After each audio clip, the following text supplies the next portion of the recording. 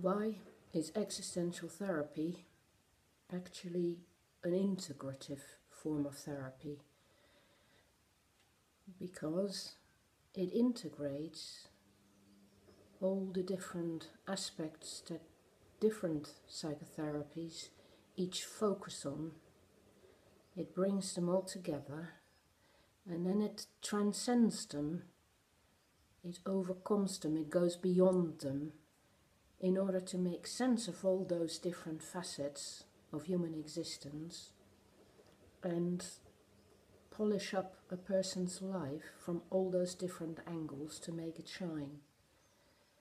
Whereas each specialist therapy can really chip away at one of those facets to be a real artisan of human living. You need to know how to bring all those facets together, do the work on each, and then create a harmony between them.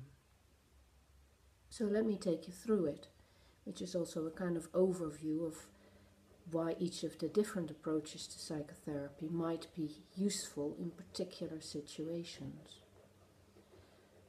So in terms of behavioral aspects, which is the most ancient way of doing psychological work with people, which is to focus on the person's way of actually acting in the world, of handling situations, of being in the world, and fall back to learned behavior.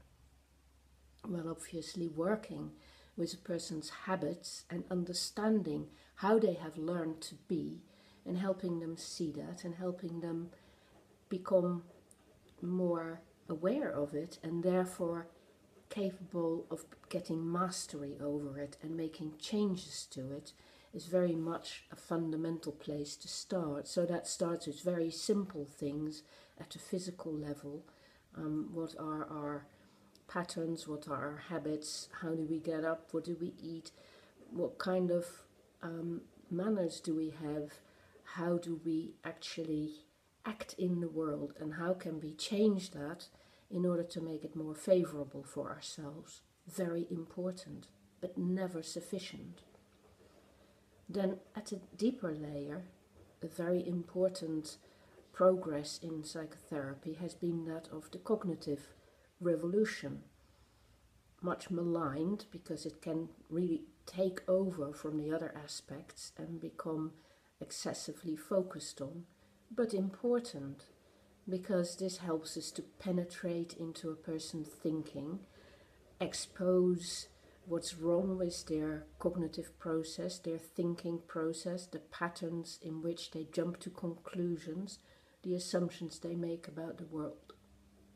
Existential therapists use all of those methods, all of those insights, all of those ways of helping a person get more clarity, more of a grasp of their reality, more power for themselves.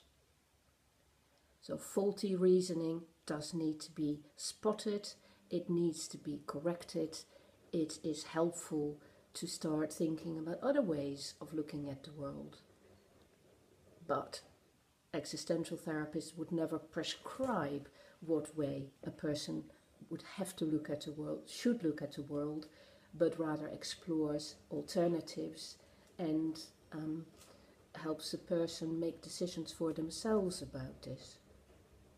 And then, of course, the important aspect of depth psychology, which is usually associated with psychoanalysis.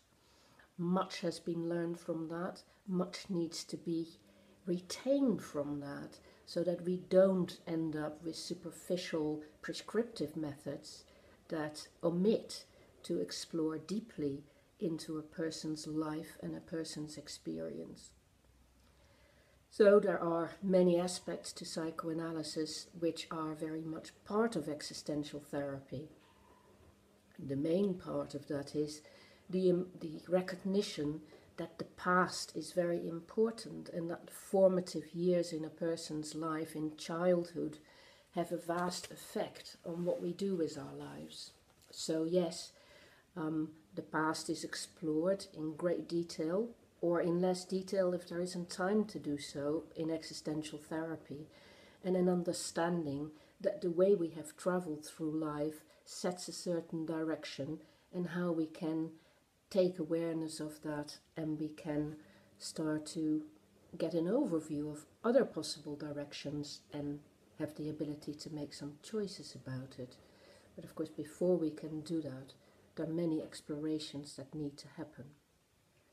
So the early experiences also important, but current experiences equally important very often. We unravel the knots and the connections in a person's life at all those different levels. Of course, as part of that, we might look at patterns of attachment, and that whole field provides us with many valuable insights, but we shouldn't jump to the conclusion that all of a person's troubles and all of their problems are just about attachment. It's one of the many, many different facets of what can go wrong in a person's life. It's complex, a human life. To work in the present is also very important, and of course humanistic methods have elaborated on that, and the actual here and now encounter in the therapy room is terrifically important. Existential therapists work with that all the time. So the interactions, the actual things that happen tell us a lot about how a person encounters other people in the world, and that needs to be taken very seriously. It is a wonderful example of where the person goes wrong, but also of where the person goes right. So it teaches us a lot about a person's strength, their abilities, what they can capitalize on, and how we can help them polish that up and make the most of it. Of course, into that comes the whole area of exploring human emotions, sensations, their inner feelings, their inner world. All of that can be done in so many different ways, and all of that needs to be brought together. But that leads also to an exploration of the future. How does a person plan the future? How do they progress in their life?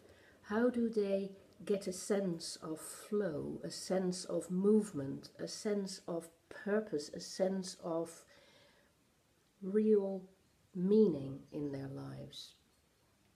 Now, this takes us more to the work of logotherapists, Viktor Frankl's work, the realization that to have a purpose, to have a sense that one's life makes a difference to the world, that we want to use it to the best of our abilities, that puts all those other aspects in their place. It brings them to life. It brings them into cooperation with each other. It brings them into something that actually has a synergy and that works. Into that then come social and political and cultural dimensions.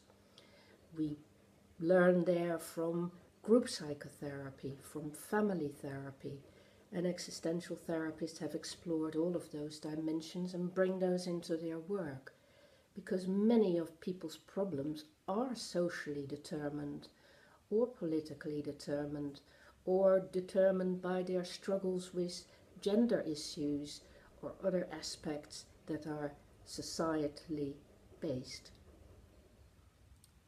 Beyond this, we need to become aware of the values a person has, the moral codes they live by. So now we bring in that philosophical dimension that is so often lacking in psychotherapy.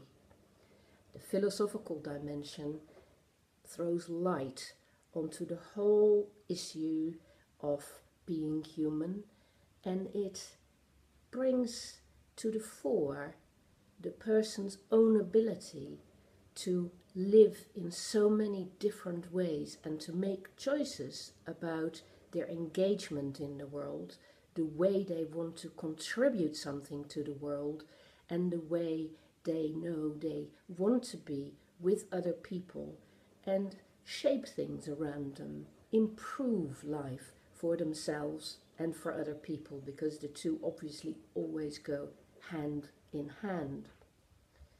So when we're bringing together all those different aspects of our work, we're then capable of exploring these much more ideological or spiritual dimensions of a person's life, which really makes sense of the overall picture of it. This is where people start to have a sense of much deeper meaning, because meaning is about making those connections. And of course, if you want, you can then look at the brain and what is happening there in terms of neuroscience, in terms of all those synapses connecting together and the whole brain working better, using the prefrontal lobes and making sense, actually taking ownership, actually becoming capable of filtering things, making decisions, no longer being so reactive, but being active and proactive, making decisions and choices in life, and therefore getting the feeling that life is a meaningful artwork that we can constantly shape and form and make better.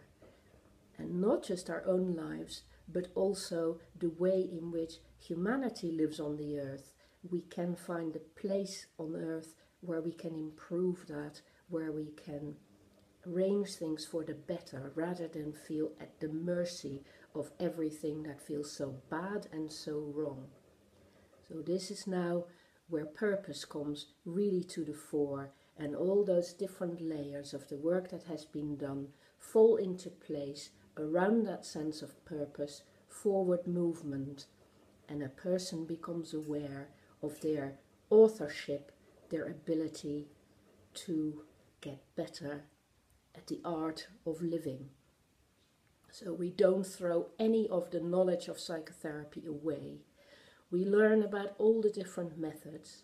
We employ them for what they're best at. We bring them together, but not just in some pluralistic way, because we can, but in a philosophically, carefully thought through manner, using the aspects that are most needed in each particular situation, and this will be different for every person in therapy. We bring it together, we make it work, so that the person feels they're at the center of their universe again, they can understand what's going on, they feel they can interact with their life, they feel they're on top of it again, and they have a future well worth living and working towards.